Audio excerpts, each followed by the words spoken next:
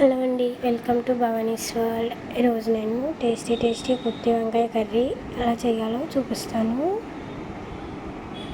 నా స్టైల్లో. So let's start.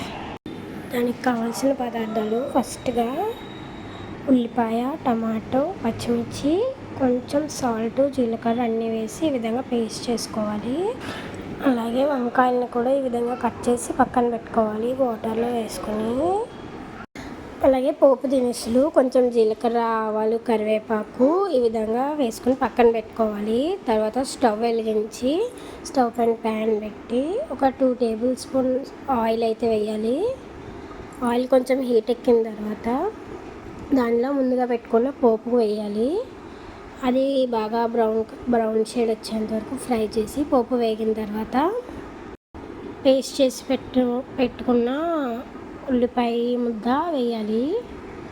అది పూర్తిగా వేసిన తర్వాత బాగా ఒకసారి మిక్స్ చేసుకోవాలి. దాన్ని బాగా మిక్స్ చేసుకుని బాగా ఉడకనివ్వాలి.